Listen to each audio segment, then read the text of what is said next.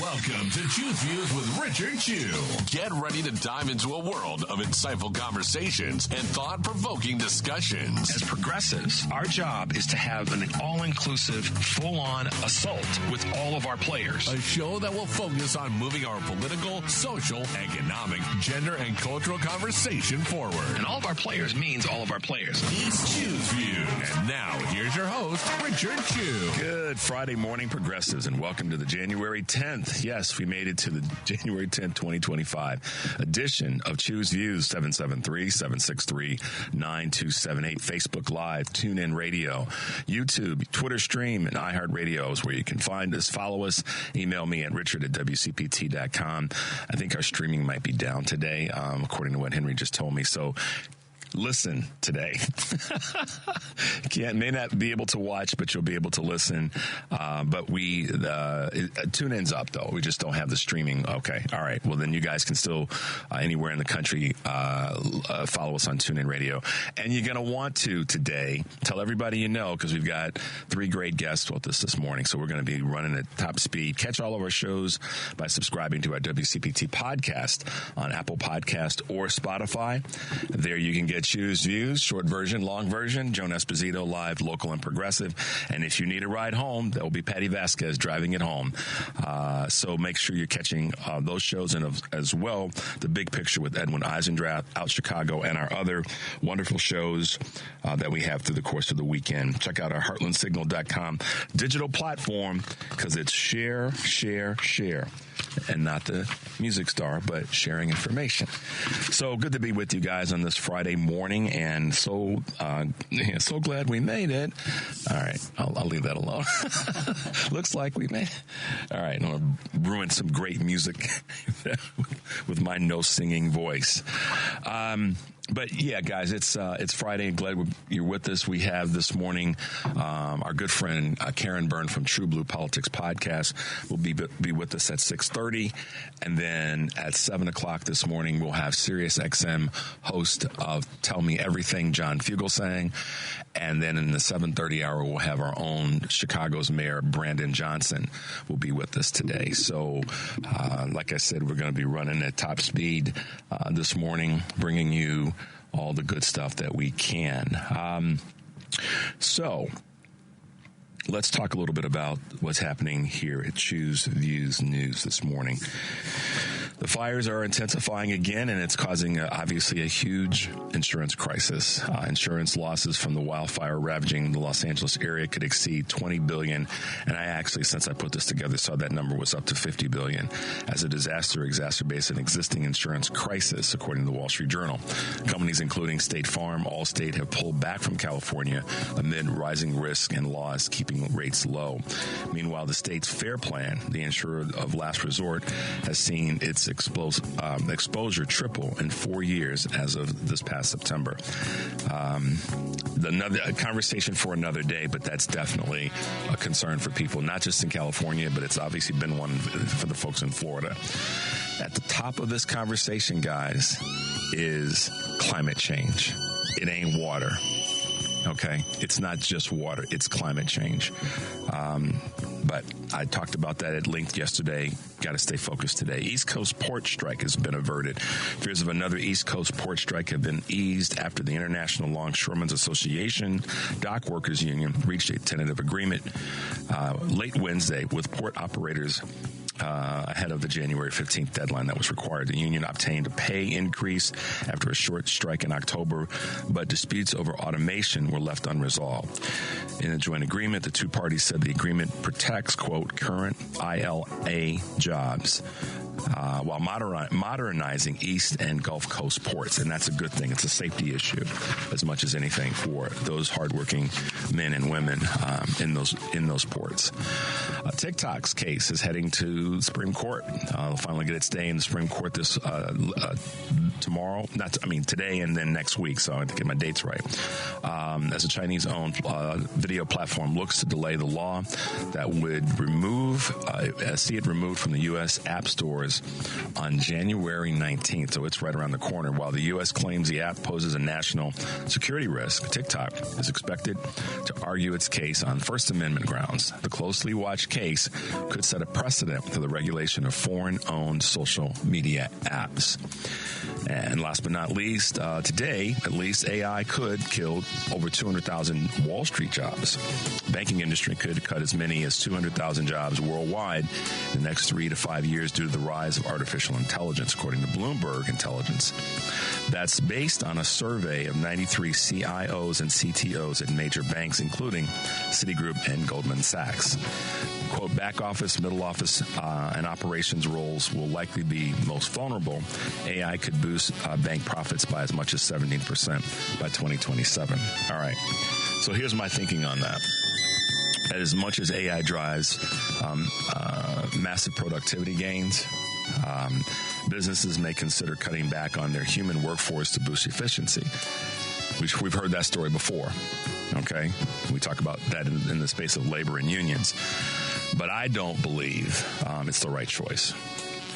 The promise of AI isn't to replace human beings necessarily. It's to amplify their potential.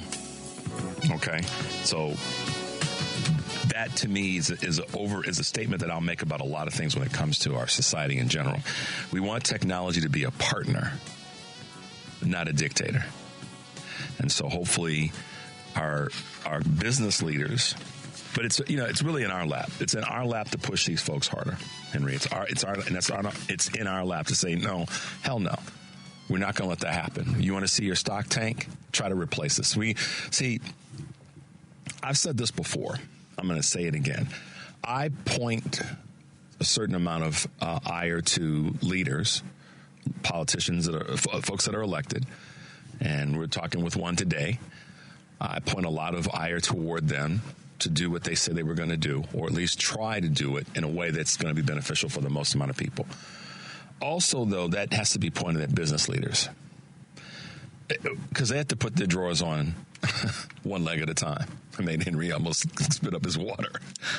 They do. They got to put their drawers on one leg at a time. The last time I saw somebody try to put their drawers on at both legs at the same time, they fell their behind down and hurt themselves. Some comedy act, right, Henry? I mean, seriously. So they are no more exceptional than the rest of us. So what does that mean? It means we have to be the champions of that change. We have to say, oh, no, hell no. We have to push back. We have to be the ones to fight. And unfortunately, guys, we are distracted too much of the time with too many things that don't really matter. And I'm pointing fingers at all of us. I said we. I didn't say y'all. We have to be the ones to be less distracted by garbage and be willing to stand up and fight for the things that we say we want. I'm not fighting for my children's future or my nieces and nephews' future. I don't have children, but I'm not fighting for, I'm fighting for Henry's future as well as, and y'all don't get that misconstrued. Henry's not my nephew or my child, but he's my man. I'm fighting for Henry's future, and I'm fighting for mine because I don't plan on leaving tomorrow. I'm going to be around for another 20 to 30 years to some people's disdain. But I'm fighting for my future, too, because I'm going to be here for, in 10 years. If I'm here, Henry, I want stuff to be cool for me and for you, right? So we have to stop looking at this, in my opinion, as we're fighting for our children's future and start looking at it as we're fighting for our current, our certainty and betterment and the future of all of us. That's what we have. We have to change that narrative. And I think sometimes our leaders get that mixed up because it sounds sexy. We're fighting for our children's future. Yeah, and I'm fighting for tomorrow. Okay? So, in that space, our leaders have got to be called on we've got to bring our leaders to a different level of understanding. And we have to fight day to day to day to day. And yes, I understand there's a part of us where we want to relax, we want to get comfortable, we want to experience, the benefits of our lives. We want that. And collectively, we have to fight for it and stop fighting against each other or giving the perception that we're fighting against each other. And in the Democratic Party, that's the thing. That's the message that I have to put out there, that we have to make sure that we are fighting with each other to fight against the things that are not good for all of us. And I'm going to talk a little bit about that with the mayor today. So just to kind of give you guys a little bit of a heads up. But when I see these reports on AI, and as I see it, AI should be a tool to better human productivity, to better the human experience, and not to replace it with something that doesn't have that component. So I'll say this to you again. I don't believe that it's right. That's the right choice. The real promise of AI isn't in replacing humans. It's in amplifying their potential, as would be the same for most technologies in my observation. So, all right, guys, we're going to take a quick break. When we come back, we'll talk about what's happening and some things to do here in Chicago, and we'll keep it moving forward. The number is 773-763-9278. This is Choose Views, and we will be right back.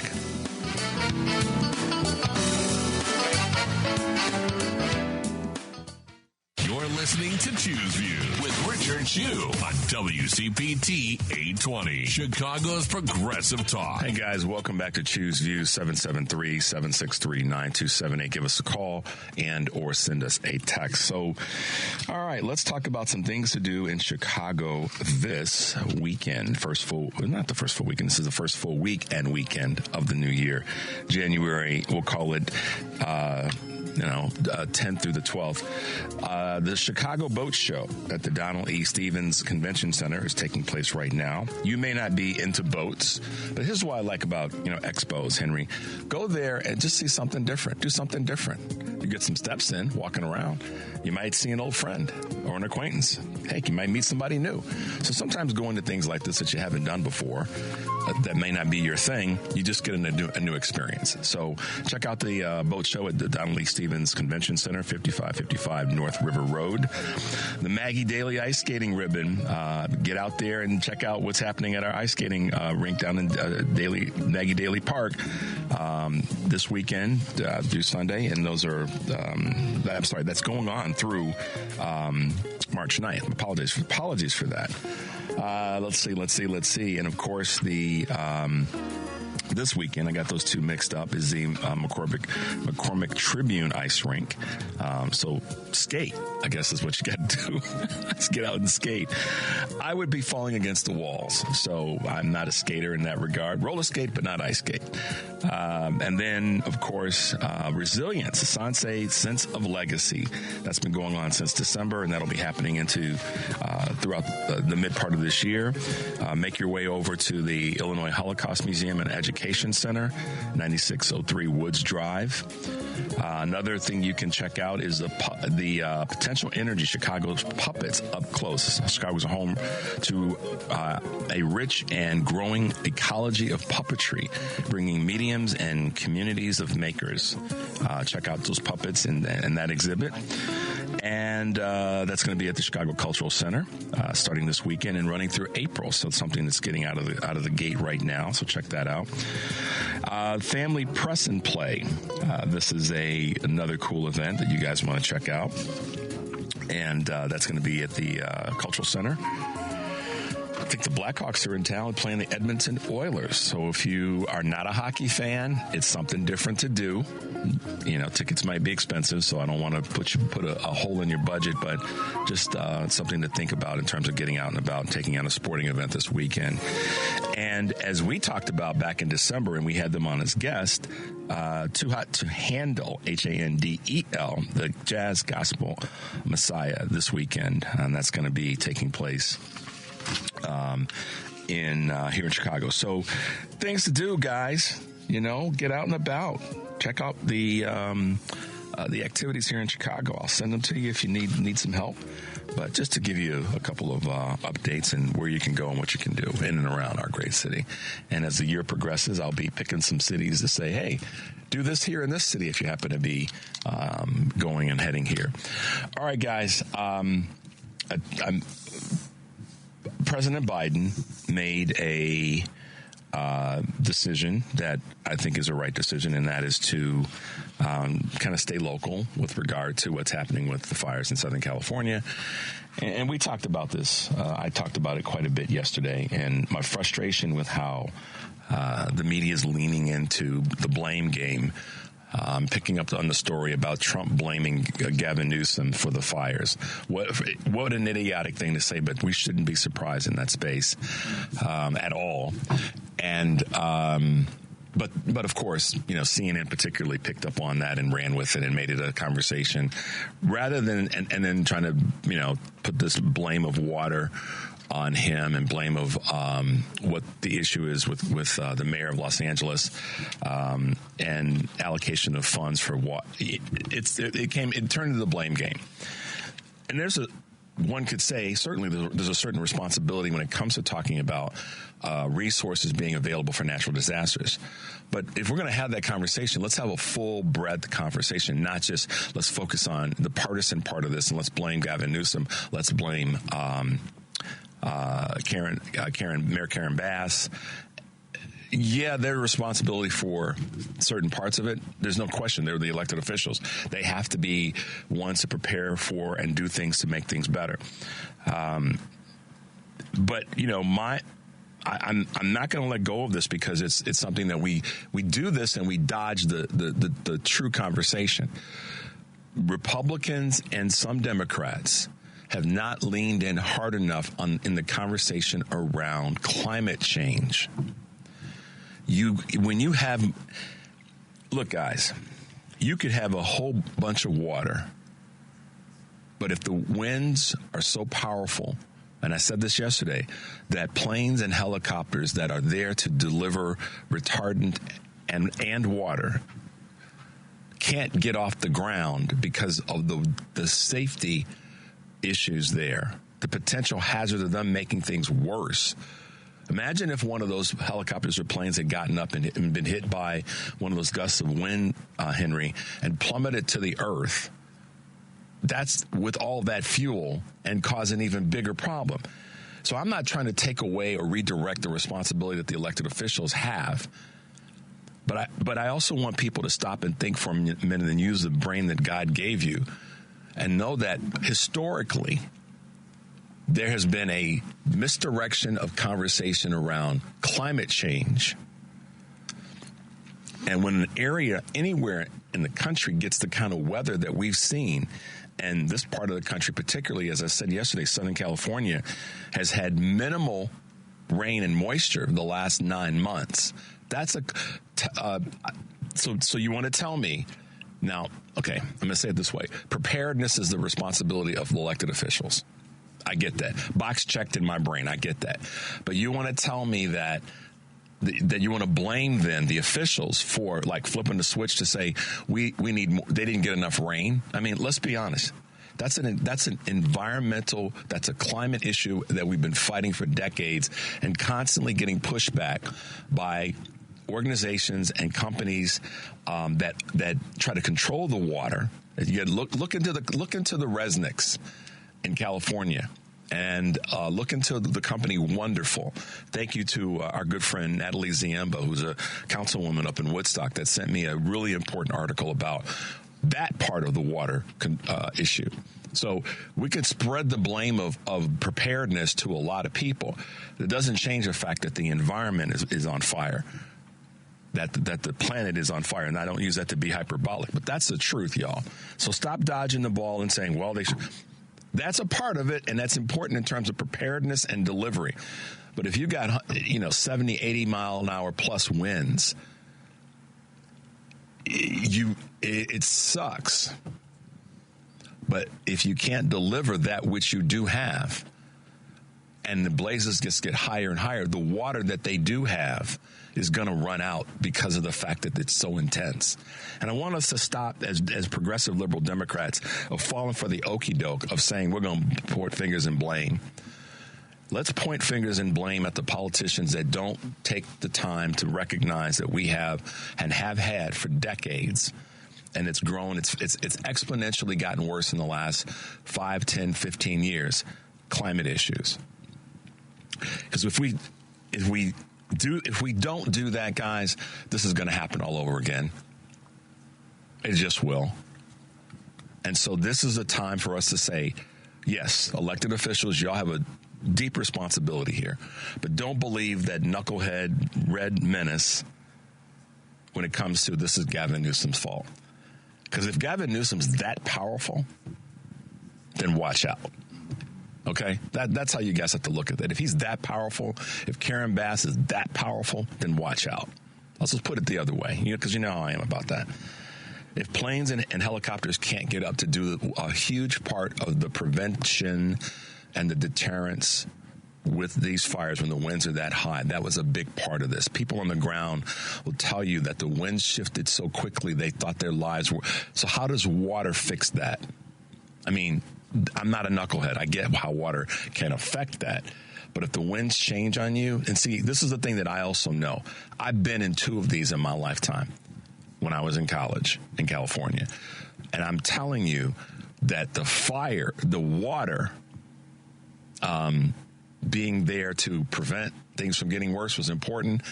But I watched from less than a quarter of a mile, I watched wind change the direction of fire so quickly it paralyzes you. It can't, and I know that's a reality for people. And this was far more intense than the 2 that I experienced when I was a younger guy.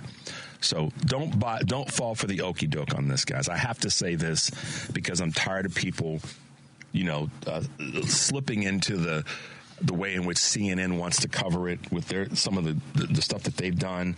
I'm not disappointed, but I'm disappointed in how Anderson Cooper handled some of this. And I posted this yesterday. Erin Burnett, some of the questions she asked this woman who, I know that there's a reality of this, Henry, but she was asking the woman about, how are you dealing with the fact that some of the things that we're hearing that you're going to, even though you lost your home, you're going to still have to pay your mortgage and homeowners association. Okay, well, what? That's a reality. But in that moment, can this woman explain how she's going to deal with that? It's a dumb A question to ask. I don't care what anybody says. You don't ask that question. Erin Burnett, you have the guts to tell your producers, I'm not going to ask her that question. She's in the middle of having lost her home.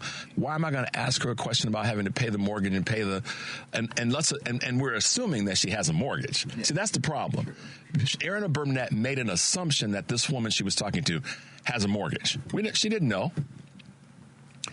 So CNN, y'all need to do a better job. And we as the citizens we can't fall for the okie doke. We have to recognize that climate change is at the core of this. And that's one of the mistakes that we often make is we take the window dressing and not get to the core. A good surgeon gets to the core before he or she goes about fixing. They have to know we got to get to the core to fix this. Right, Henry? Mm-hmm. All right. Mm-hmm. So this is not a typical time for the fires. And that's where a lot of people just they're not doing the work. They're not digging in to say, okay, what really happened here? Supersized Santa Ana winds, whipping flames and embers at 100 miles an hour. All I got to tell you is this. If you drive your car at 60 miles an hour, increase that by 40 miles an hour and have, let's just say, a laundry basket of embers blowing at you. Okay? I'm going to try to, a lot of times, guys, I try to make things as literal as I can for you. Imagine driving your car 40 miles an hour faster and having a laundry basket of embers blown at you. That's what this would be like. But in this case, you wouldn't be in your car necessarily. You'd be standing out there. So imagine a wooden home or a home that has a lot of wood and potential flammable materials in terms of the design of that home. A car exploding because of the gas. Okay, that's what I want you guys to be mindful of in this conversation, and let's lean in on climate change. Let's lean in on how climate change is impacting right here in Chicago. Let's lean in on climate change in terms of how it's impacting our states in our southern states, red or blue. That's the conversation we have to have, and we have to make our politicians have that conversation. And yes, it is tied to infrastructure, most definitely. So I'm going to keep talking about this, guys, because it's a big deal, and it's something that a lot of people are skipping over to blame the politicians and then blame for me or the responsibility. There is a responsibility there. Don't get me wrong. I'm not saying that. What I'm also saying is let's talk about the climate change denial that has a big part to do with where we are. All right. I'm going to take a quick break. Number is 773-763-9278. When we come back, we'll talk with our good friend Karen Byrne from True Blue Politics Podcast. This is Richard Chew. This is Chew's Views. And we'll be right back.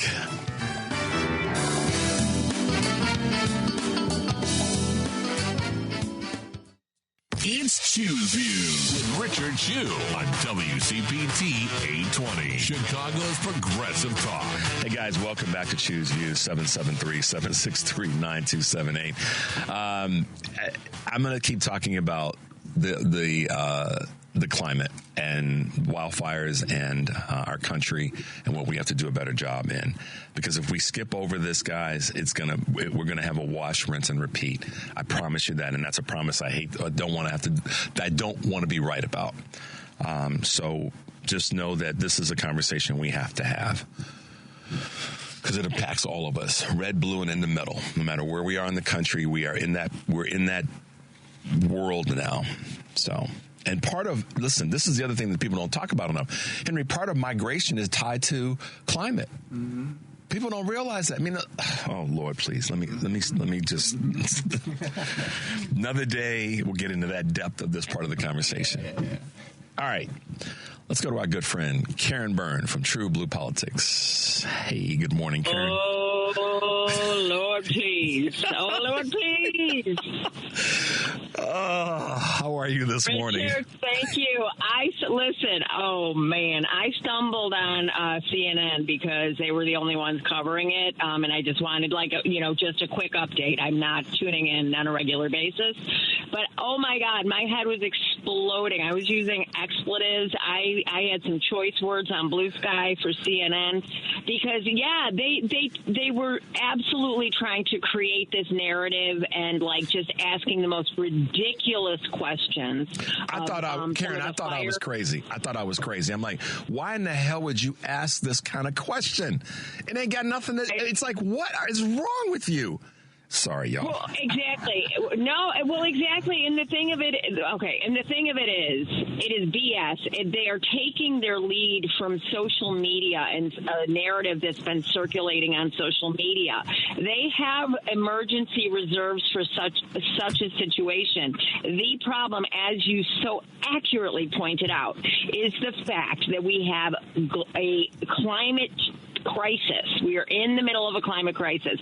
California had record rainfall, which promoted growth. Well, first growth.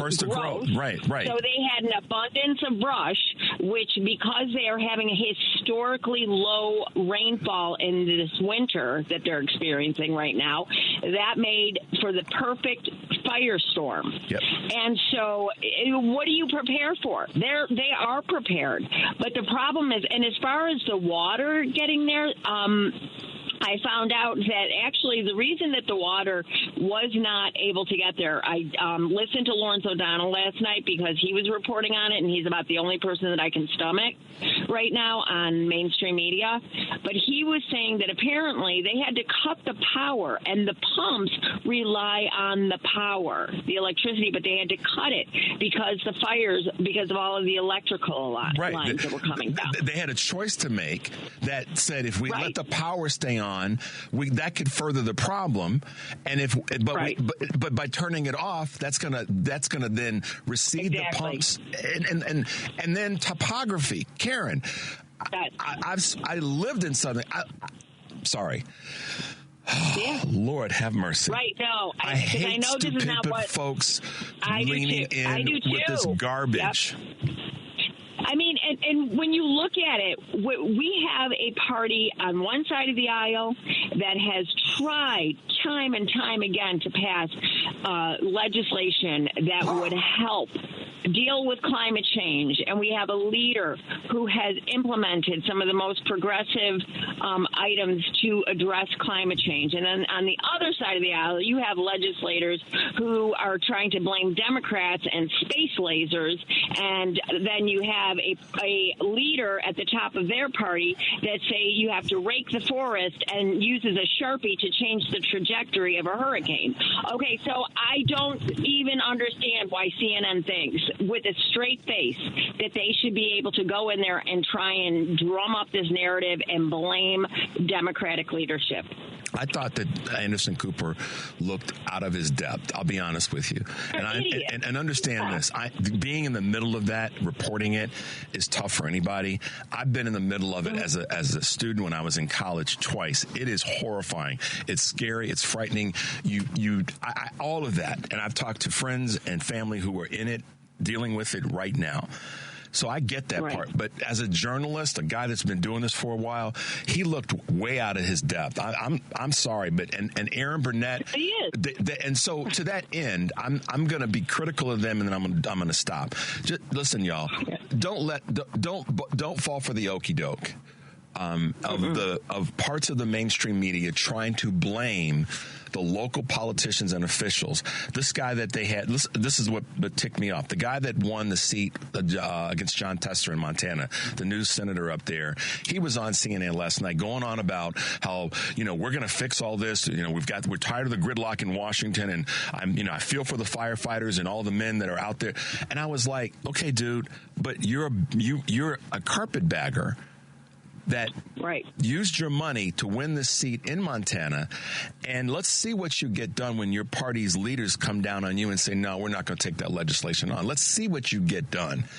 And I just, that part of the reason I don't watch CNN anymore, and I will watch MSNBC every now and again, but part of the reason I don't watch CNN is I don't trust them because their leadership, particularly with John Malone, I don't trust them. I have no reason to trust them. They've proven that they do not really, let's be honest, how in the hell are you going to repeatedly have on your network Scott Jennings, other than for ratings and for the hyperbolic flame throwing that he does, which is not about news, it's about ratings. And so I won't put myself in the space. Karen, in the last 3 days, I've watched CNN more than I have in the last 3 years. And boo-boo on me for doing that. That's my own fault. However, what it did do is it gave me it was a reminder of how we got here on a national level when it comes to this recent election. It's a reminder that we've got stupid people in the mainstream media, plain and simple. If I saw Anderson Cooper on the street here in Chicago, I would say, dude, you really did a poor job in reporting on the fires. If I saw Aaron Burnett, I would ask her, what the hell was wrong with you for asking that woman that question about mortgage and HOAs? Where were you coming from? Where were you coming? What was the next direction? And then this is the thing that happened. Put the damn fire out first. Thank you. My God. And Karen, this is what cracked me up. Then after the woman kind of not stumbled through the answer, but she made her way through trying to reply and respond to Aaron's dumb question. And then Aaron looked like a deer in the headlights because she didn't know how to pick. It was like, oh my gosh, this is how we got here, y'all. And I used to give Aaron Burnett a little bit of props and thinking she was doing, but she, listen, and so I'm going to do my best to back off of that right now because it's frustrating to me because it's personal. And I can legitimately say here in Chicago that what's happening there is personal because many of the restaurants that are gone, 3 of the big ones that are there in Malibu and that part of Pacific, I've been there to each of them a number of times over my years. I'm heartbroken. And, I can only watch and talk about it so much because I get choked up. I know. And, it's kind of a second home for me in many ways, a second place for me. Right. But I can gather myself enough to say to all of us, we have to do a better job of talking about climate change. We have to do a better job of talking about how we can push our elected officials and business leaders to do a better job in this space. We have to.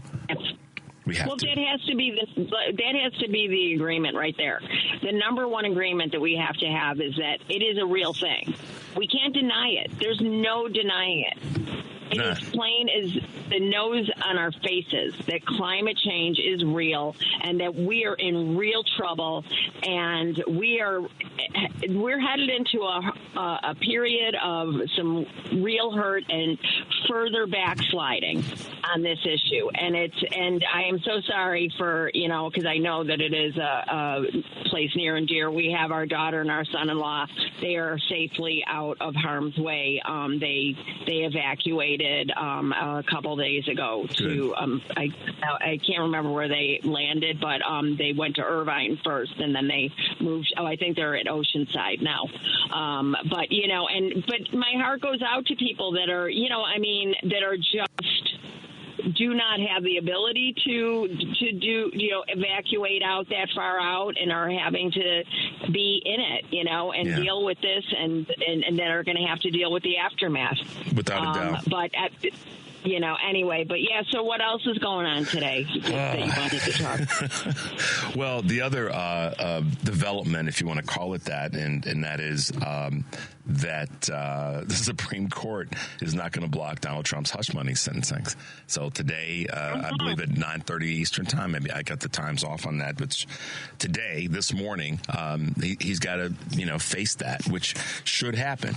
And I know that there are folks who are saying that it's not as an embarrassing thing for him as people want to make it out to be. That the Supreme Court indirectly kind of gave him cover. This is what was reported by some of the folks on mainstream media last night. Ellie Honig, the attorney, was talking about it from that vantage point. Listen, the Supreme Court 5-4, Robertson and Coney Barrett joined with the three liberal judges, Jackson, Sotomayor, and Kagan, to say a jury of your peers found you guilty 34 times of these actions. That's what should have happened. Now, all the other machinations about how Trump might try to spin it and how he might try to, I don't care about that. What I care about is to see a little bit of daylight that this group that we call the Supreme of Justices made a decision that they're not going to block the sentencing. And he can appeal it all day long. But they're not going to block it, and that's what should have happened. And that's what absolutely should happen with every case. The problem is that this Supreme Court has turned into an activist court. And so when you let me know you wanted to talk about this situation, and I don't think that the news had quite broken yet that they were going to hear the case. But I looked some things up. So this is the thing that we need to keep in mind. SCOTUS will hear more than 50 cases in this term, which ends this summer, including cases regarding guns, regulation, gender-affirming care, disability rights, free speech, and others. Last term, they granted Trump immunity. The public approval rating, already at historic lows, went even lower. Justice Roberts blamed the anger by the public and politicians who criticize them with their rhetoric in their reactions to stories coming out about blatant corruption. Yep. Now we all know it's complete BS, and we all know that we're reacting to an openly corrupted court with Judges Alito and Thomas, who are expected to resign, which allows Felon 45 to pick two even more horrible and younger judges. So I'm keeping my eyes on Aileen Cannon. But the fact that this news broke yesterday, there's a pattern that I've noticed with the court. They will hand down a dozen horrible, absolutely partisan rulings, and then they throw us the peasants a bone so that we don't storm the Capitol by making an obvious ruling like this. Okay, right. So it's no credit given. It's like we're supposed to give them a medal. They do. Eric and I talk about this all the time. They don't get a medal for doing their job. They did their job. They don't get the exceptional move to the front of the class denotation for doing their damn job. Exactly. Because again, we can't get misdirected and distracted by the okie doke. While they're doing their job here, they're jamming us up on things that we don't pay enough attention to.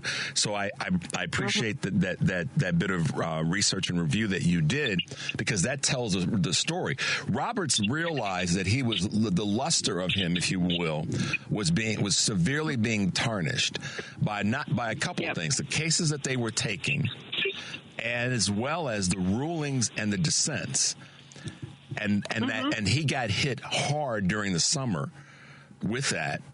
And I talked about this then. I said, watch what happens. When the immunity thing came down, I said that was for them to be able to show that they had some power. They were worried about losing their power, and that's what that was all about. It wasn't really about necessarily, giving people misunderstanding about giving Trump power. It was about giving themselves power to then ultimately have the ability to have a decision or influence on a federal court's ruling when a president does do something that is a presidential act. And I know that I could drag everybody into the weeds on this, but, that's not my intent. It's to remind everybody, just like climate change, Karen, people have got to pay attention. This Supreme Court, we have to pay attention to, guys, and stop being so doggone reactionary. You can't react to a decision. And understand, once again, just as we warned in 2016 and we warned again in 2024, elections have consequences, okay? There are some real lives, real people that are going to be affected by the very real decisions that are going to be handed down by this activist court. I am not obviously talking about Justices Jackson, Sotomayor, or Kagan, right?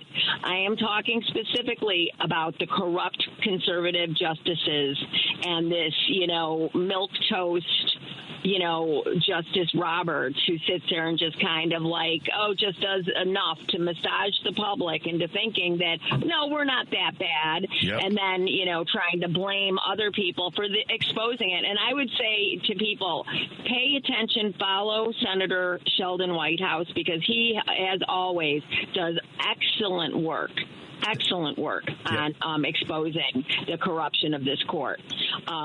He's not afraid to put it out there. He and there's a few others that are willing to say what they need to say about the Supreme Court and about judges in general, but specifically about the six. And I want to say the entire Supreme Court, but the six. And so that's just, to me, I feel that this comes back to something that I'm embracing, and I want others to embrace as well. Please, y'all, pay attention. Please pay attention. Yeah. What I try to do every day on every show is to provide some content that says, here's something that you need to be aware of, dig into it, look a little bit more, a little bit further to find out what's really going on behind the curtain. And not just fall for the okie doke, not just go, okay, I get it now. No, do a little bit more work, and then you might be surprised. And it's kind of in the same vein, Karen, that I talk about with businesses and who they're supporting socially and politically. Right. Know a little bit more about that company that you're giving your money over to. And, we can't boycott every company, but we can sure as hell find other, use a local grocery if you're upset with what Kroger's doing. Go to the local grocery store. Go to that local mom and pop place that you can get some of those goods and services. And I know that for some it would be a radical change, and if you live in a certain area, it may not be the thing you can do immediately. But just pay attention, y'all. Please pay attention. Look, we're going to. Exactly. Pay attention and get comfortable with being uncomfortable, because, we are going to be uncomfortable. And the thing, I heard, I listened to Dino Badala on Progressive 127, and he had a woman call in, and she said that her active resistance, and she's urging everybody else to do this. Now, I don't know if this is asking, more than, certainly more than Americans that we, that just kind of go along to get along, are probably willing to do. But what she was suggesting was starting on January 20th, boycott everything. Do not shop. Do not spend money for 30 days. Now, I think that is like when we can't even get people out to vote for their own best interest. I feel like, unfortunately, I think it may be overshooting it. But even if we can do it, or be committed to being selective on where we spend our money, but I'm going to try. Honestly, I am going to stock up on some things. Because I think there are some real times coming where, with this bird flu, I think that we do need to be a little bit prepared to deal with some hardships going forward on that front. So simultaneously, I could absolutely cut my spending in half. I could or look for ways, like I was just saying, where are we spending our money? The money that we do spend, where are we going to spend it? Yep. And let them feel it financially. What we have to do is take. I said this shortly after the election, and I had the list that I can resend to folks of the things to be looking at and paying attention to. And one of them, of course, is where you're spending your money. And to Karen's point, I know that it could be hard as hell to get people to not spend money on certain things for 30 days if we couldn't get folks out to vote. I get that. That's a great analogy, Karen. And so we're not blind to that. But we're saying we want everybody across the country to pay attention. If you haven't, then you got to now, because in a few short days, convicted and sentenced and adjudicated and fined and all the rest is going to be the person that gets sworn into office, and right. They're going to start to create drama for many people throughout the country. So. This is not a time to fall asleep, and I'm not trying to scare people. That's not my vibe. I want people to pay attention, and I want you to be prepared for action and know where your resources are, and your resources, not just financially, but your resources in terms of people and who you're going to need to communicate with and partner with as we go forward. I think that's critically important right now, and I want folks to pay attention to that. So, Karen, always good to have you with us on a Friday morning, whether it's you calling in or having you here in the studio. We've got a lot of work to do, and people have got to pay attention. So that's where we are right now. Yes, we do. And start with self-care. Be good to yourself. Be good to your family. Solidify your circles, and we're going to have to be there for one another.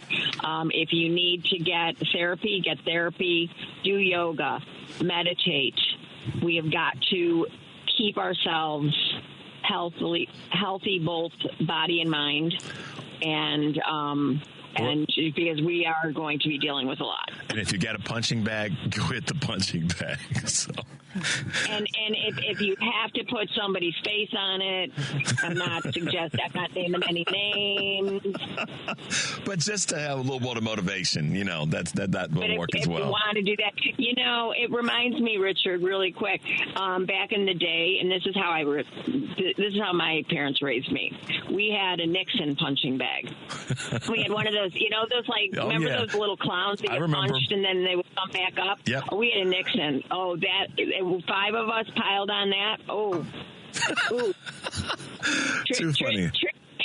Tricky Richard was, I don't know if I can say the other word. Tricky Richard was, he got pounced on quite a bit. All right, Karen Byrne from True Blue Politics Podcast, y'all. Check her out on the socials. Right. She's always putting good stuff out there. Check out my Substack. Absolutely. It is Resistance Journal. Love you guys. Thanks, right. Richard. Have a great day, Karen. Talk to you soon. Bye, Henry. Bye, sweetie. Bye. All right, guys. What can I tell you? We just bring it to you that way. We will take a quick break. We'll come back, going to hit a few things, and then we've got our wonderful guest, John Fugelsang, in the 7 o'clock hour. 773-763-9278. This is Choose Views. We'll be right back.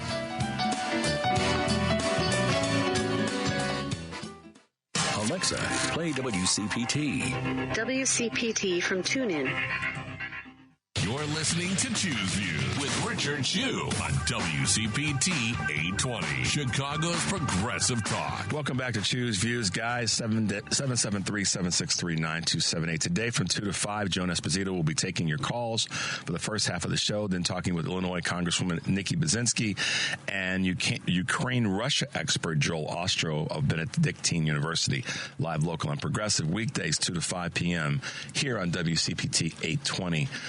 All right, driving it home also, Patty Vasquez will welcome Wisconsin Circuit Court Judge Susan Crawford to the show. Crawford is a candidate for the Wisconsin Supreme Court race that will determine the control of the court April 1st. Driving it home with Patty Vasquez, weeknights from 5 to 7 on WCPT. Saturday on The Big Picture, Edwin Eisendrath will be talking with Chris Geidner, who writes the Law Dork newsletter on Substack, and Michelle Goodwin, professor at Georgetown Law. The Big Picture with Edwin Eisendrath, Saturdays 1 to 4 p.m. Central on WCPT 820. And of course, you can catch my two podcasts, Choose Views, full episodes, and Choose Views featured interviews. You can subscribe to one or both. The podcast is available on Spotify, Apple Podcasts, iHeartRadio, YouTube, Amazon, and TuneIn. Just search for Choose Views with Richard Chu, or get the links by visiting heartlandsignal.com/choose-views. Man, we got a lot going on right now, guys, and we got a lot of things we got to stay on top of and pay attention to. And so that's why I want you guys to stay plugged in and follow our great shows. My radio sister in the West Coast, Stephanie Miller Show, the Tom Hartman Show, the Professor of Everything Progressive, and of course, Joan and Patty, weekdays here on WCPT. And when we come back from the break, we're going to have our good friend John Fugelsang from SiriusXM's Tell Me Everything show. Looking forward to having John in the 7 o'clock hour. 773-763-9278. Guys, we'll take a break, and we'll be right back.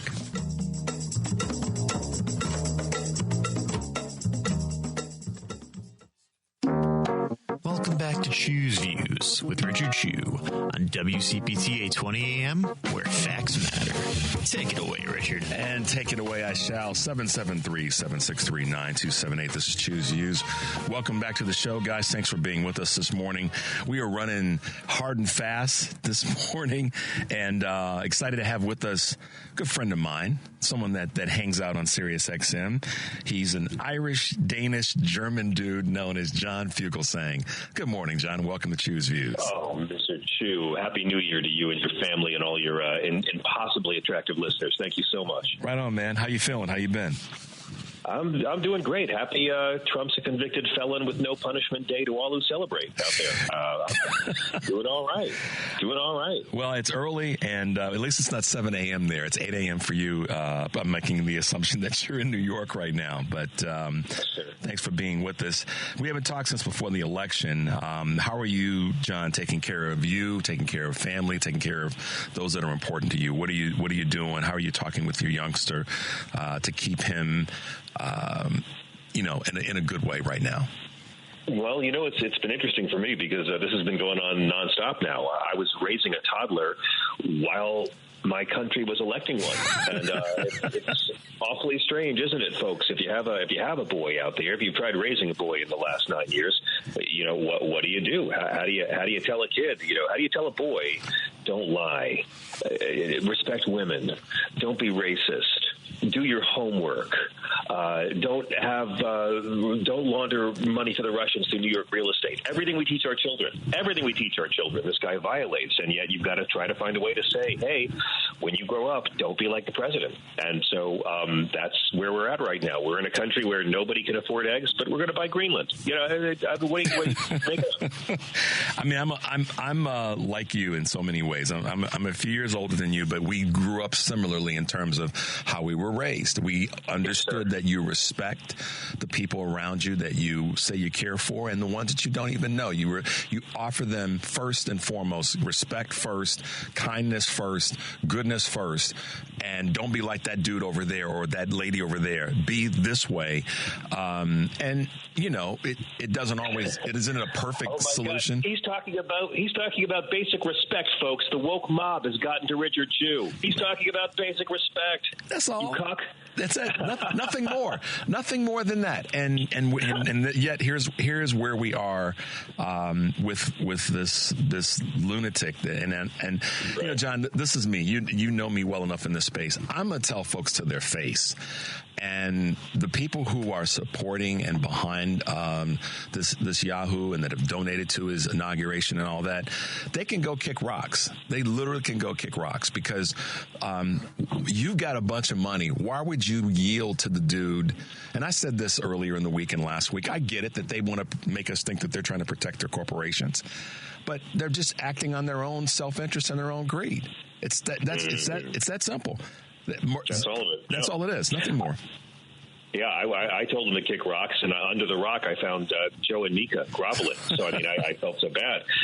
It's the right, all of them. Look at all of them, from the Zuckerbergs, and they're all just bending the knee and kissing the ring and licking the boot. And you know what? The boot tastes like Scott Jennings' soul. Yep. That's where we're at right now. It's the US of PTSD, man. And I'd like to think that the Democrats are done with their finger pointing.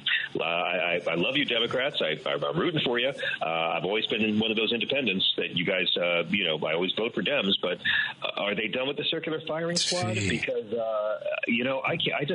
I'm so over this period, this toxic taint period between Election Day and Inauguration Day. Folks, it's going to happen. This is America. You want a metaphor for where America's at and where America's always been? I'll give it to you right here. We are going to inaugurate a racist on Martin Luther King Day. That's America. And you get to choose which side of that irony you want to be on. So, all of this groveling, this season of groveling, a lot of it is just, it's a cult of selfishness. That's all it's ever been. What does the Republican Party stand for? What does conservatism mean at this point? It doesn't mean family values. Doesn't mean fiscal responsibility. It sure as hell doesn't mean anything Jesus talks about in that book they wave around like a prop. No, it's about blind obedience to an obese lecher who wears too much makeup for his age, and owning the libs. And I thought they didn't like drag, but I thought they didn't like drag queens, John. I mean, what's up with that? They don't like drag queens, but they just elected one. I mean, in many ways. What's up with that? Goodness. My God, I know. I'm from Greenwich Village. I know some twisted old queens who'd be ashamed to be seen with this guy. My God, it's like when your makeup artist hates you more than Pete Hegseth's mother hates him. That's Donald Trump's burden right now. He has to go out looking like that.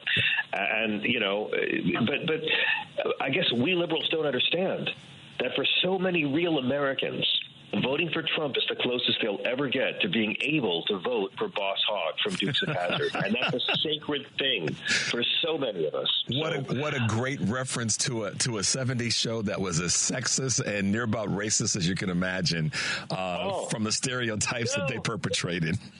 No, the Confederate flag on the car, that's not a symbol for slavery. That's just their car, the General Lee, who fought for slavery. What's your problem? Yeah, come on, Hollywood. Get your act together. John, I got to ask you this. It's a comparative analysis in question. So, I mean, people talking. All right, let me back up and phrase this the right way.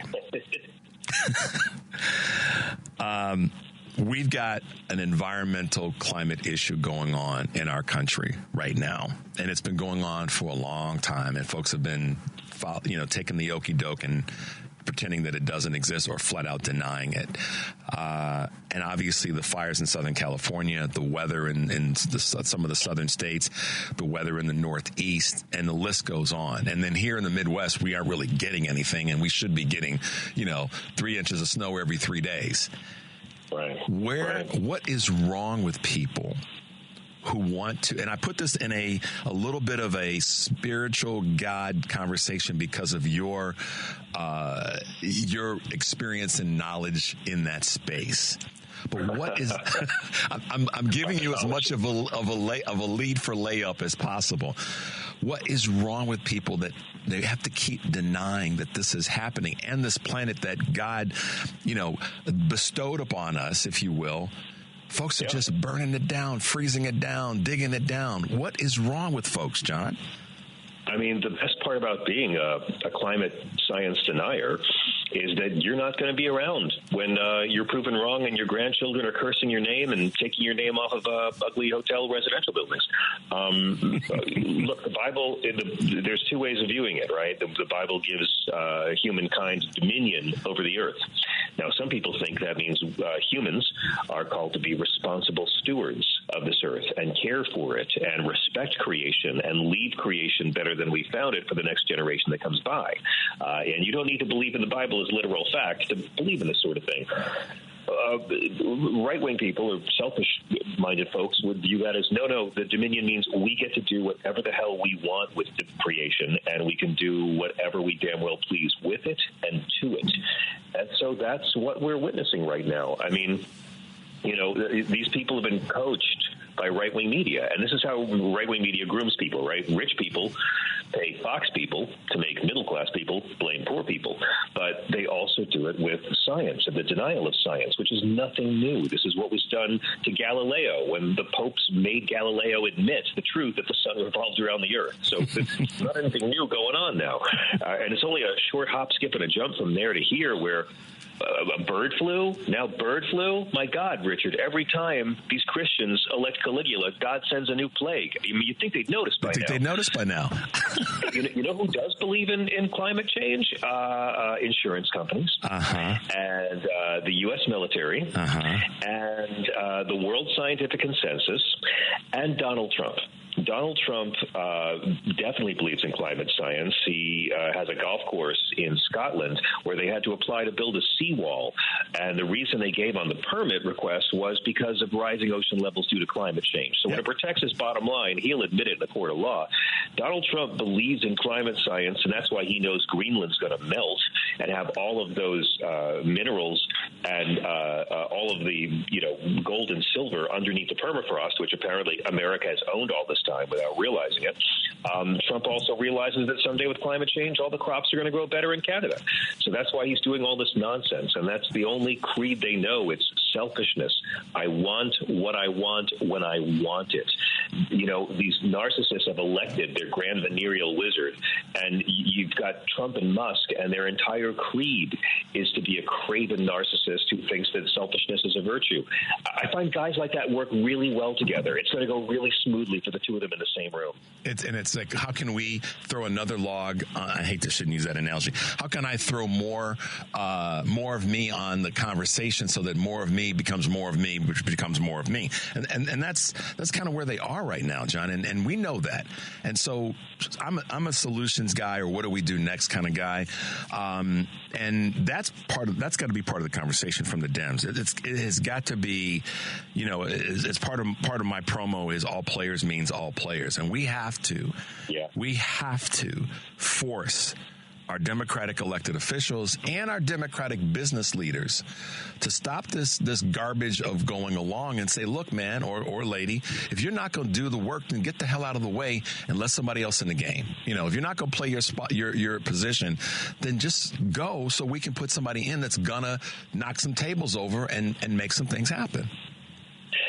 In the immortal words of Public Enemy, 1 out of 1 billion residents being dissidents who ain't kissing it. That's right. Absolutely. I don't need to see more Democrats fold like a sweater at the Gap. And by the way, that's not going to inspire people very much. I mean, maybe John Fetterman can ride to a wave of re-election enthusiasm by playing kissy face with Kash Patel and giving Kash Patel a freaking pedicure during their meeting.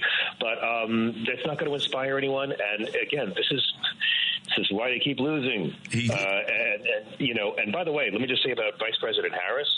She was in this race for 100 days, okay? Co-over Caligula has been running for 9 years.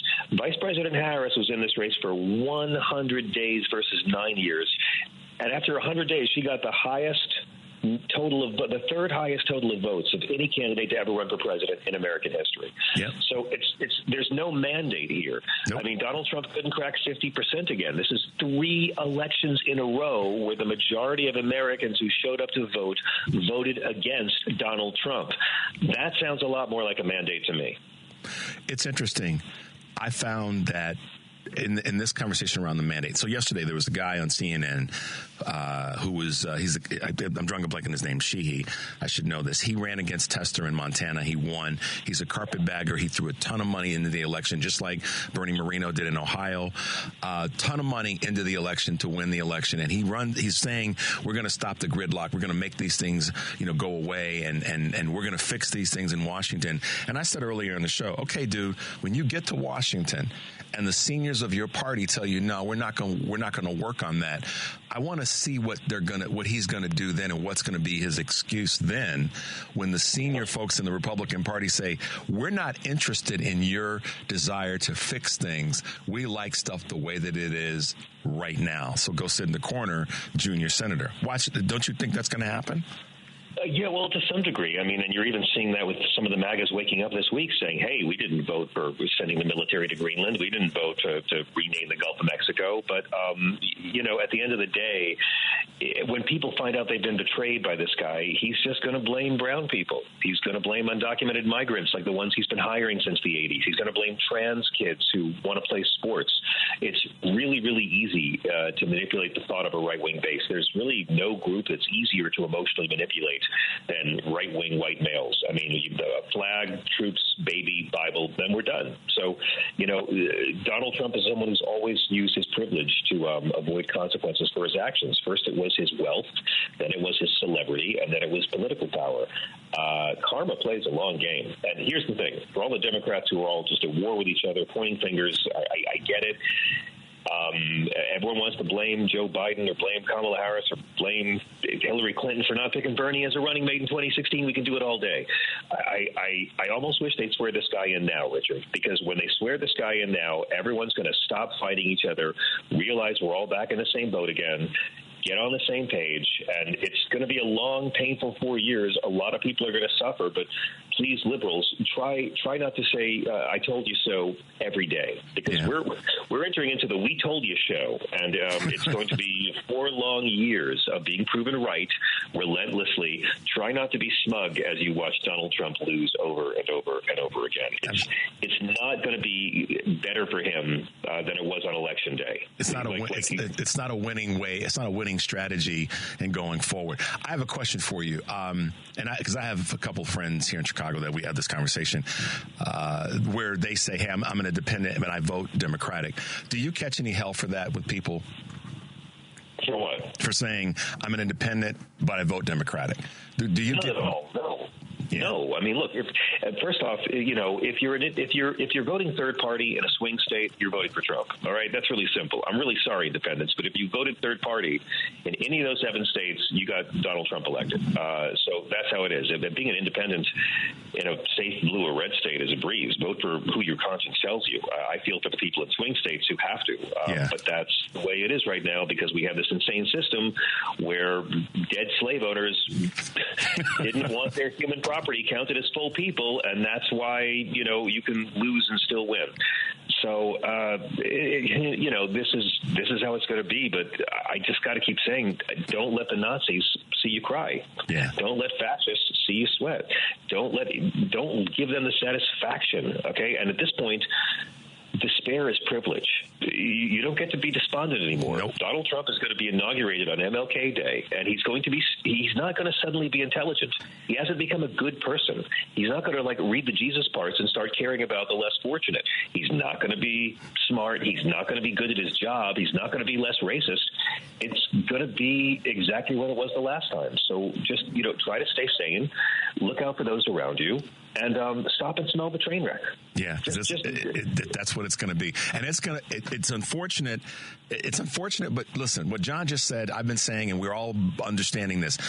We don't have the luxury of kind of leaning back and saying, I'll just see what happens. I know there's people that are going to do that, and they're from all different parts of the conversation of progressive, liberal, democratic politics, but we don't have, if we want to see change, let's put it that way, if we want to see things change and get better, we don't have the luxury to sit back because we already know this train is going to be way out of control. And it's a constant, it's going to be a train that's constantly going around the curve to see if it's going to stay on the rails or not. The chances are it's probably going to peel off the rails and crash into something. That's how, unfortunately, that's how far where we are.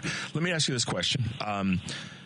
Yesterday was a service, part of the service for late President Jimmy Carter. And, it was a variety of different things, and obviously news clips and 30-second clips don't always give us the tenor of an event like this. But what's a little bit of your takeaway on President Carter and the celebration of his life and his after presidency? Wow. I mean, Jimmy Carter was the first president I remember. And when I was very small, my religion stopped being Star Wars, Catholicism, and became Star Wars, right? And I worshiped Star Wars, and it made a lot of sense to me, and then they had the first big Star Wars ripoff, which was Battlestar Galactica, and I was so excited as a kid to see this new TV show. And my dad, who was a high school assistant principal, wouldn't let me stay up late to watch. And I realized I had the worst parents in the world, went to bed angry, and late at night, my mom was working. My dad shows up in my bedroom and wakes me up out of bed. I was still awake. I was staying awake out of spite and anger. And my dad says, "I need you to see something." And he drags me down the hallway, right? I'm going down the hall, and I'm like, oh, the TV's on. He's going to let me watch the end of Battlestar Galactica. I have a good dad after all. I go into his bedroom. I hop on the bed, and he doesn't have Battlestar Galactica on TV. It's Jimmy Carter on the late news signing the Camp David peace accord between Israel and Egypt. And I didn't know who Menachem Begin or Anwar Sadat was. I knew who Jimmy Carter was, but I didn't know what this service was about. Moshe Dayan had an eye patch. That was pretty cool, but I didn't know what I was watching. But I saw my father's face and how much it meant to him that an American president, a Christian, had helped bring peace to somewhere in the Middle East. And he wanted his kid there to watch a Christian, a Muslim, and a Jew embrace in peace and fellowship and hope for the future. By the way, an agreement that has lasted, because unlike the Paris Accord or the Iran nuclear deal, Donald Trump hasn't torn it up. Yeah. That peace deal has stood. And to my dad, what Jimmy Carter had done was everything America and Christianity should and could be. And just like to add over that, Jimmy Carter created more jobs per year as president than Reagan or George W. Bush. So just leave that out there as well. And he gets criticized a lot, unfortunately. It was terrible when he was alive. Yeah. And so, listen, we all know, and that's a great memory. I mean, I'm a little bit older than you. I remember that from an older, teenager's perspective, and I remember it very, very well. And I just, I'm glad that I know I didn't get a chance to watch all the ceremony. I got lots of clips of it and all that. But I'm glad that we had Jimmy Carter as a president during our lifetime, and a person that stood up for people after his presidency in terms of all the work that he did. Incredibly. And by the way, Jimmy Carter was someone who didn't really care what the Democratic Party establishment wanted. He listened to the New Testament. In Barack Obama's final days in office, a 92-year-old Jimmy Carter published an op-ed in the New York Times about how Obama needed to recognize Palestinian statehood for violence to be reduced in the future, to begin forging a peace and stopping this conflict. He was begging Barack Obama before Donald Trump to be sworn in to endorse Palestinian statehood, and it didn't happen, and things have gotten a lot worse. So Jimmy Carter was one of the smartest. Everyone should read the book Talking Peace, which is one of my favorites of his books, and he was such a powerful voice for wisdom and nonviolence and the actual teachings of Jesus that it's no wonder mainstream media has spent 40 years ignoring him and bashing him in ways that really aren't relevant. And I'll use the word fair, but I don't think that's inappropriate. You've got a new book coming. I know I'm dropping a little bit of early knowledge on folks, but I'm having you back on when that book drops, man. So talk to us about that a little bit before we wrap up. The book is coming out this summer. It is called Separation of Church and Hate, A Sane person's guide to taking back the Bible from fundamentalists, fascists, and flock-fleecing frauds. And it's all about how to debate the Christian nationalist or right-wing Christian fundamentalist in your life on every single issue that divides us, because on pretty much every single issue that divides us, the right wing is against the actual teachings of Jesus. If you are pulling your hair out that you live with a person or work with a person who thinks it's possible to follow Jesus and Trump at the same time, this book is for you, because the only thing Donald Trump has in common with Jesus is they both spent a lot of time around prostitutes, and they both use ghostwriters. That's really it. So it's a book about how on immigration, everything that divides immigration, LGBTQ issues, poverty, healthcare, on everything, our right-wing friends have been groomed to actually legislate and vote against what Jesus talked about. He's kind of a prop they wave around in the air when they boast of their piety. This is a book about how you can be an atheist or a believer, and or a believer in a different religion, but you still have to deal with these people. Even conservative Christians have to deal with these haters. So it's called Separation of Church and Hate from Simon & Schuster, coming out in August. That's going to be great. We'll have you back a few times before that actually hits the street. But John, listen, man, I appreciate you being with us this morning. Look forward to being with you again. And I need to call into your show, and anytime. We need to chop it up. So expect to hear from me in the weeks to come, and talk about the things that are near and dear to both of Please, our Mr. hearts. Richard Shue, if we could get you into prime time at the night spot on Sirius XM Progress, we would love to have you anytime. Well, I'll be the first to support that, and appreciate you being with us this morning. Listen, man, go get you some sleep. I know you got a long day today. Thank you for taking the time, John Fugelsang, of being with us, and I look forward to having you again and being on your show as well. And look, it's all worth it. By the 21st of this month, we'll have $2 a gallon gas and a Ukraine peace deal. So we were promised, right? So it's going to be great. That's right. All right, man. Be well. Talk to you soon. Thank you, sir. All right. Bye. John Fugelsang, y'all. Thanks for being with us, John, this morning. We're going to take a quick break. When we come back, we're shifting to local stuff. We'll have our Mayor, Brandon Johnson, here on Choose View, 773-763-9278. We'll be right back.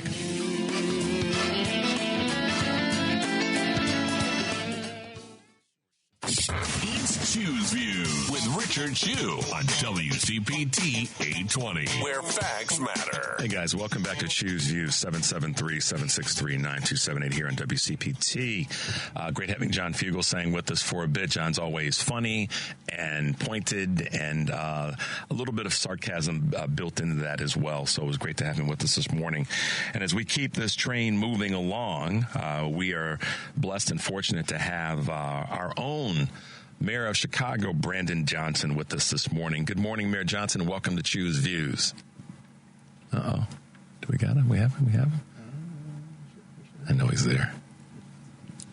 Stay with us, guys. He's there. These technological things happen every now and then. Mayor Johnson, are you there? Oh, yes. Now, can you all hear me? Happy New Year, Chew. Hey, man. Happy New Year, Mayor Johnson. I call you man out of respect, but welcome to the show.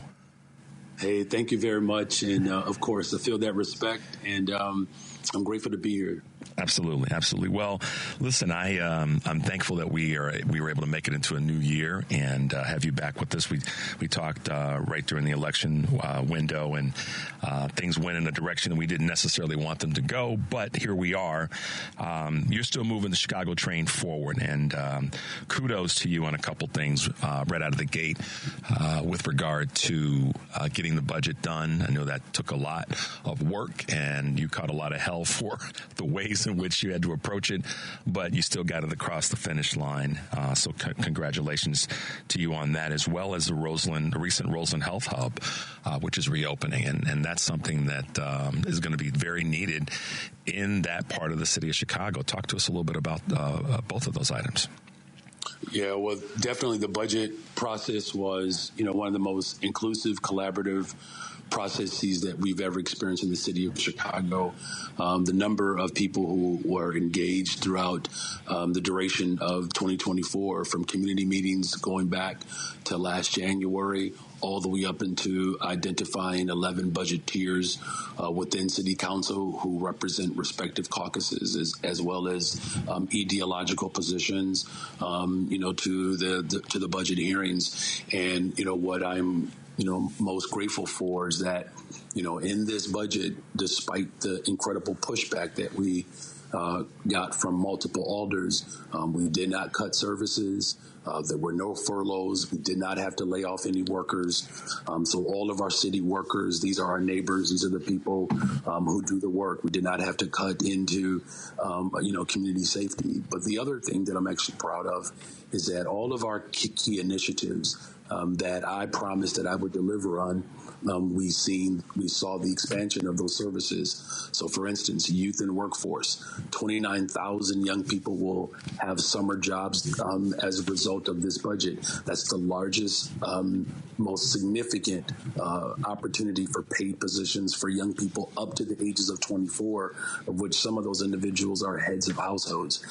We were able to expand our care program, right? And so there are more mental health services that are available citywide, so that when individuals who are experiencing a crisis, a trained professional can show up to offer services and full wraparound services. We've expanded our work to build more affordable homes in the city of Chicago. So very grateful for that. We added resources to support individuals who have experienced domestic violence. The part that I'm also excited about in this budget is that we, appropriated $100 million for violence prevention. 23 organizations will be able to access resources to, help keep our community safe. And then, yes, I'm, very proud of the hard work that we have done to build a better, stronger, safer Chicago. Homicides are down, shootings are down, robberies are down 25%, vehicular carjackings, criminal sexual assault. A lot of work to be done, Chu, but any life that's lost, that's one life too many, and it's the lowest amount of homicides we've had since 2019. And to your point around the mental health clinic, that was a very proud moment for the city of Chicago. Every mayor after Mayor Harold Washington has cut services to mental health, except for my administration. We're the first mayor since Mayor Harold Washington to add behavioral and mental health services. Opened up the clinic in the Lower West Side in Pilsen, and then we cut the ribbon in Roseland. And full wraparound services will be available there. There were people that attended that ribbon cutting who literally chained themselves to those doors to prevent 2 administrations ago from shuttering that and closing that mental health clinic. And we literally broke those chains this week. And then finally, some other good news, 2 other notes, is that through a strong advocacy working with our congressional delegation, West Siders in particular, who experienced flooding a couple of summers ago with the torrential downpour of rain, we secured $436 million for West Siders to have their homes restored, and for the city of Chicago to put stronger mitigation in place to prevent these type of floods from happening. The red line extension, we're going to announce that today. And then finally, we started January 1st. We are the first major city in America to go for our public buildings to be 100% powered by renewable energy, including both of our airports. So as it relates to youth employment and workforce, behavioral, mental health, housing, the environment, transportation, we're off to a very strong start in 2025. And I'm excited about that. Listen, I've made it clear unapologetically that I want to see, I want our city to succeed. I want our region to succeed. I want our country to succeed. And so I'm going to lean in until I choose not to support the folks who I think are going to do the work. In the city of Chicago, this is a big business. This is the third largest market in the country. Population of Cook County is the second largest county in the nation. And you've got a lot in front of you. And I've said this to you before. You know what you signed up for. And it's my job, our job, to push you, to encourage you, to constructively criticize you, to say, so, let's get these things done.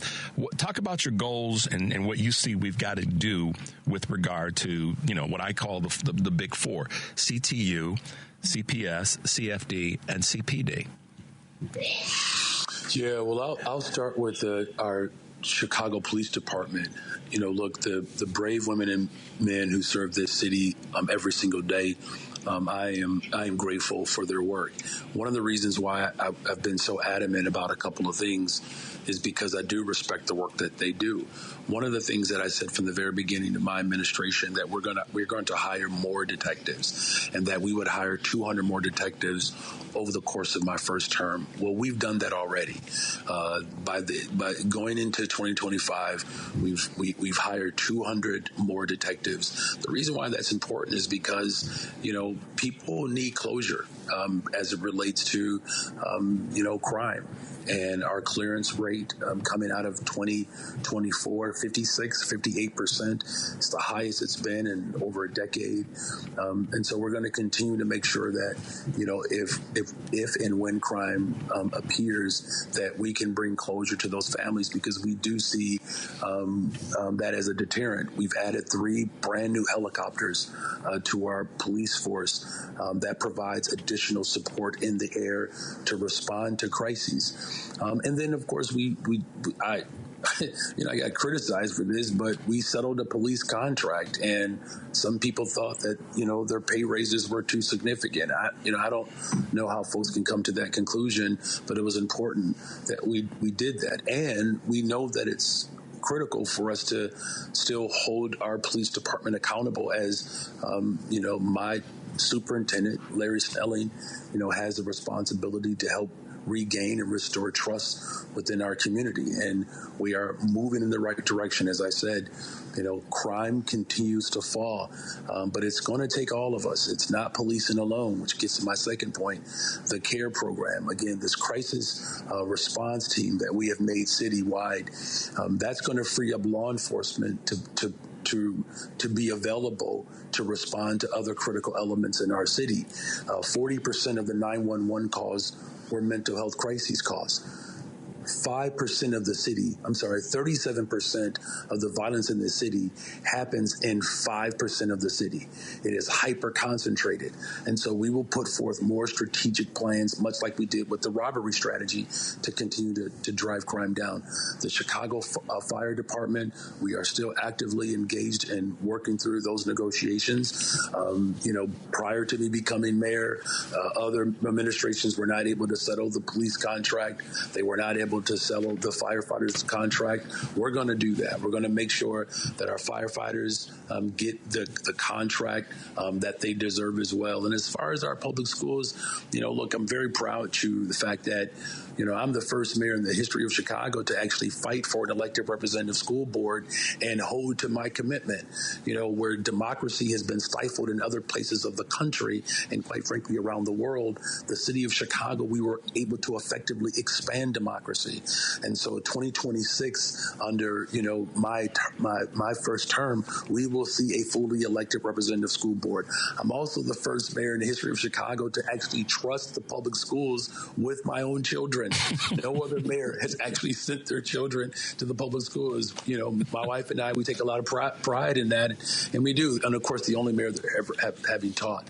And so I have the unique vantage of seeing the needs of our public schools through the lens of a parent, because I'm one of them, as well as seeing it through the lens of a teacher, because I've been one.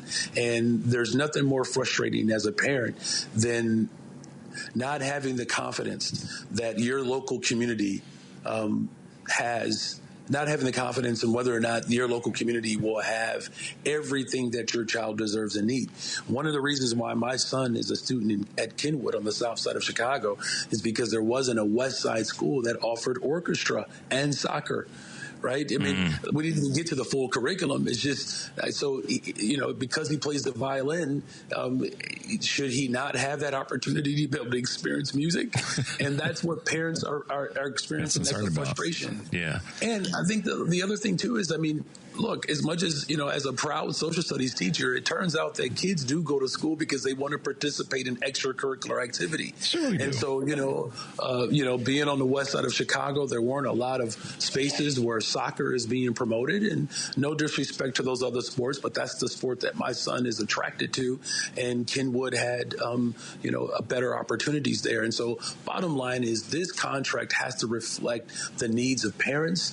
It also has to reflect the desires and the wishes of educators. And that's really what this work is about. And that's what I'm focused on.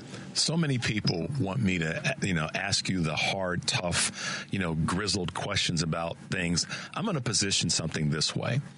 As you rewind, and as grown men, we have to do this if we're being responsible, is to look back and say, what did I say I was going to do? What did I mean to do? What did I do? And how could I have done better? And I have to position it that way with you rather than asking you a specific, why didn't you do this kind of question? Look back with us, Mayor Johnson, and just be real with me because, we're real dudes, and say, okay, what could I have done better? And as I chart forward, how can I make for a better way with my administration and the things that I'm going to do for the city of Chicago? Yeah, it's a great question. I mean, I reflect every single day, True. It's just the only way in which I can grow. It's like the natural disposition of someone who is a public educator, right? We do lesson plans. Children do well on assessments and sometimes they don't. And when they don't, the first thing that I think to think about is what could I have done differently or better to ensure that this child develops all of the skills that they need. Same thing as a parent, when there are, moments of intensity in our home and, we're faced with real life decisions and I have to make a call and that impact, on my wife or my children, was not my intent. So how do I come back and say, here's what we can do to become stronger and how we can improve? I think what I've learned in these first 19 months is that,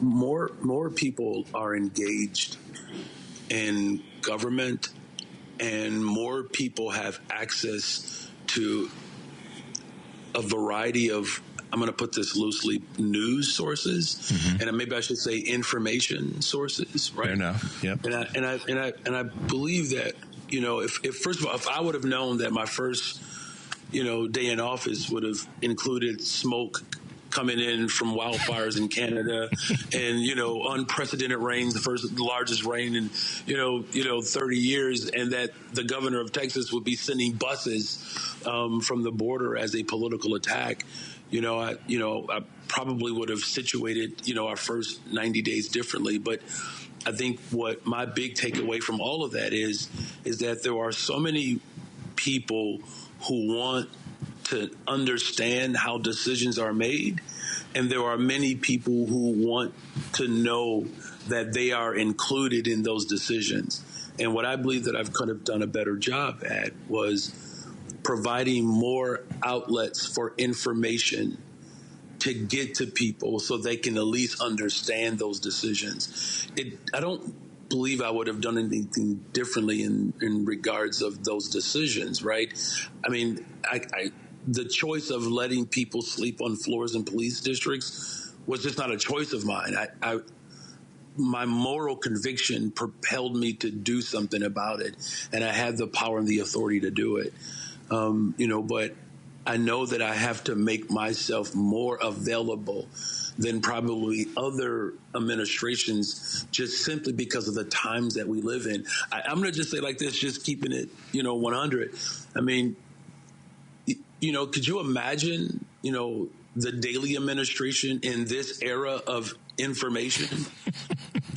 Yeah, I've been around long enough to know. I'm just going to leave it there, right? And I will too.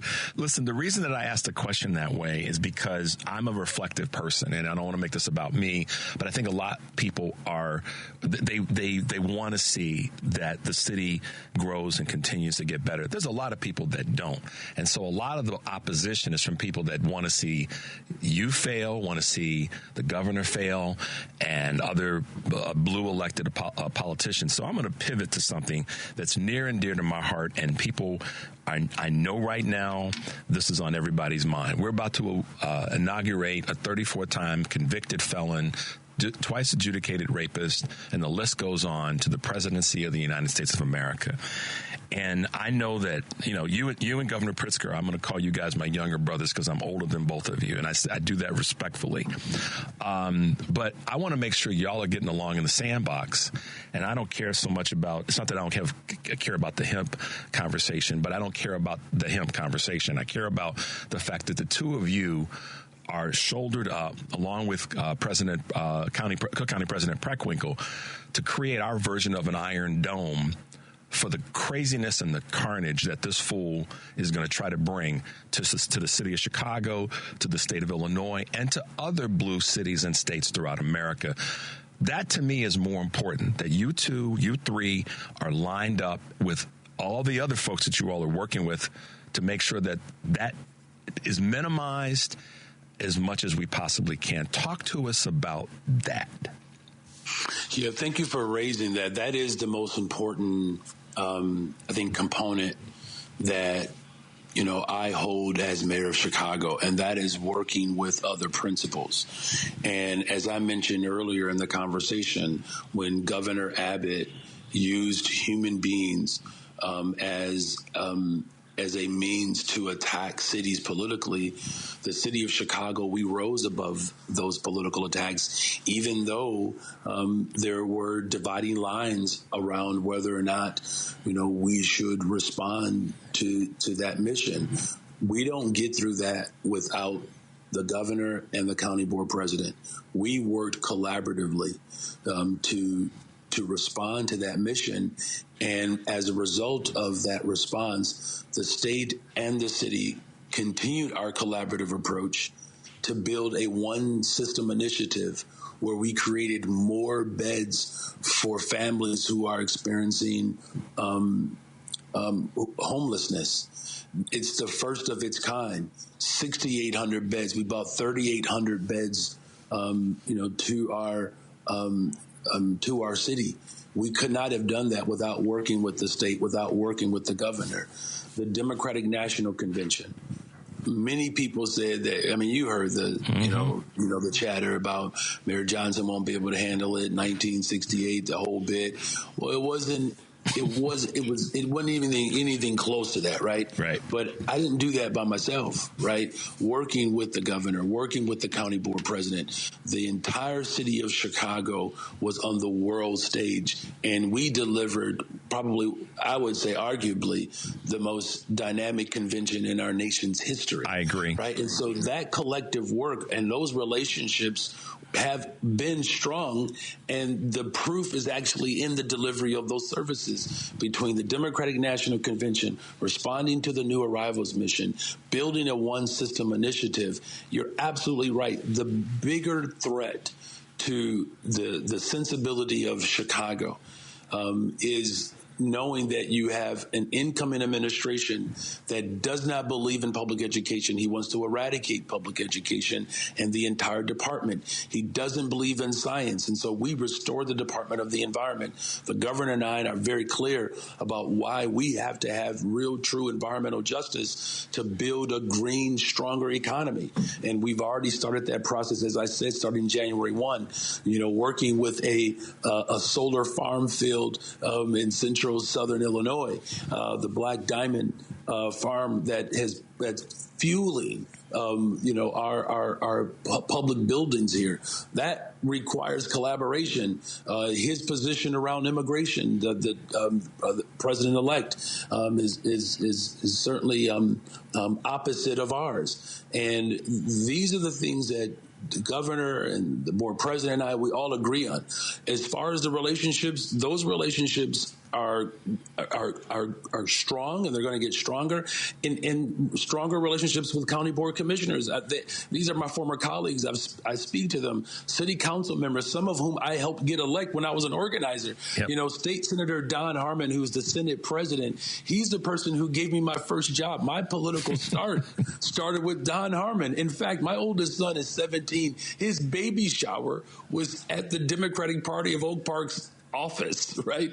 And so Chris Welch, I mean, I supported Chris Welch when he ran for state rep, and the other speaker supported the other person. Yeah. We helped Speaker Welch get elected. I can go on and on. Lakeisha Collins, state senator, we were organizers together protesting against the Emanuel administration when they covered up the Laquan McDonald video. Yep. Will Guzzardi, we worked with him to get elected to beat the Barrios machine. Rob Martwick, another person that we helped get elected. I can go on and on and on. The collaboration is important, and that's the thing that I want, and I know listeners, not just here, but listeners across the country, want to hear from Democratic elected officials that they are pulling together. Yeah, brothers and sisters are going to fight. They're going to say something that they shouldn't say out of school, if you will. But we know that's going to happen.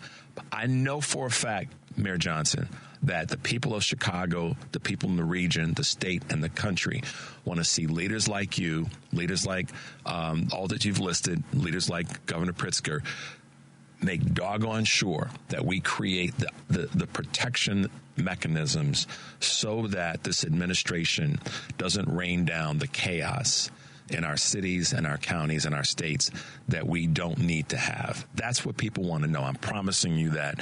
And I also want to compliment you on something that you said that you and I have talked about before.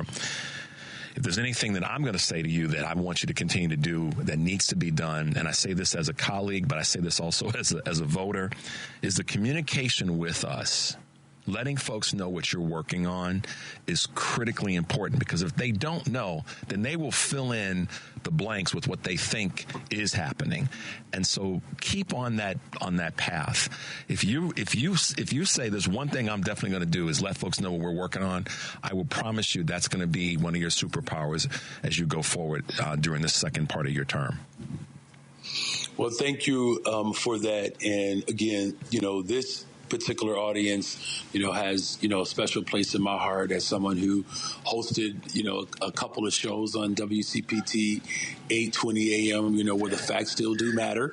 And having had the opportunity to sit in that seat in the morning, and, the listenership and the audience of WCPT, these progressive voices are critical, and it helped shape my approach towards governance. And I'm giving you my word, with all that we have done in these first, now going into 20 months, and all that we will do and all that we will need to do together. I'm going to make myself more available with all of the assignments that I have to just make sure that people are aware of what we're working on, so that we can get that feedback, that we can take in, those constructive, elements that allow for a better, stronger, safer Chicago. Look, I can't tell you how overjoyed I am to come into the new year knowing that 29,000 young people will have an opportunity to work. Overjoyed, that, almost $500 million we secured to respond to climate crisis, and for families on the west side of Chicago who lost, property, that we can help restore that. I'm overjoyed that we are moving in the direction to provide down payment assistance for families who want to become homeowners, and, again, building more affordable homes. I'm overjoyed by the fact that $20 billion of new investments have come into the city since my time as mayor. Psi Quantum on the southeast side of Chicago, a multi-billion-dollar project in industry, $1 billion investment from Advocate Health to build a hospital on the south side of Chicago, the 1901 project on the west side that's going to expand affordable homes and build out that entire entertainment area by United Center with the Wirtz, and of course the Reinsdorf family, and that we're going to continue to invest in community safety, $100 million more to prevent violence. I want us all to come together to build better, stronger, safer Chicago. And with all of that, I think I guess the one omen that I think we should pay attention to is the fact that in 2025, the Bears are undefeated. So that's a good start to the 2025 year. And I'm thrilled, man. Mayor Johnson, Brandon, thank you for being with us, Mayor. I appreciate your humor here at the end, and I'm looking forward to having you back. And I know we got a lot of work to do, and I'm leaning in to do that work with you. So I appreciate you being with us this morning. Thanks so much, Mayor Johnson, for joining Choose Views this morning. Have a great day and a great weekend. Thank you. You're welcome, and Happy New Year again to everyone. All right. Be well now. Okay, guys, there you go. Mayor Brandon Johnson, Mayor of the City of Chicago. And as I've said before, we're going to do our best to help him succeed and find the things that need to be worked on and need to be improved, and give the mayor and the governor the support that they need to get things done here in the City of Chicago and the state of Illinois, because honestly, it impacts the rest of the Midwest and frankly, the rest of the country. So thanks for being with us today. Thanks to John Fugelsang for being with us. Thanks for Karen Byrne from True Blue Politics for being with us. Shout out to my man Henry, who sits across the board and makes sure that we keep it on the rails. Guys, take a deep breath. Make your life count. We'll see you next week.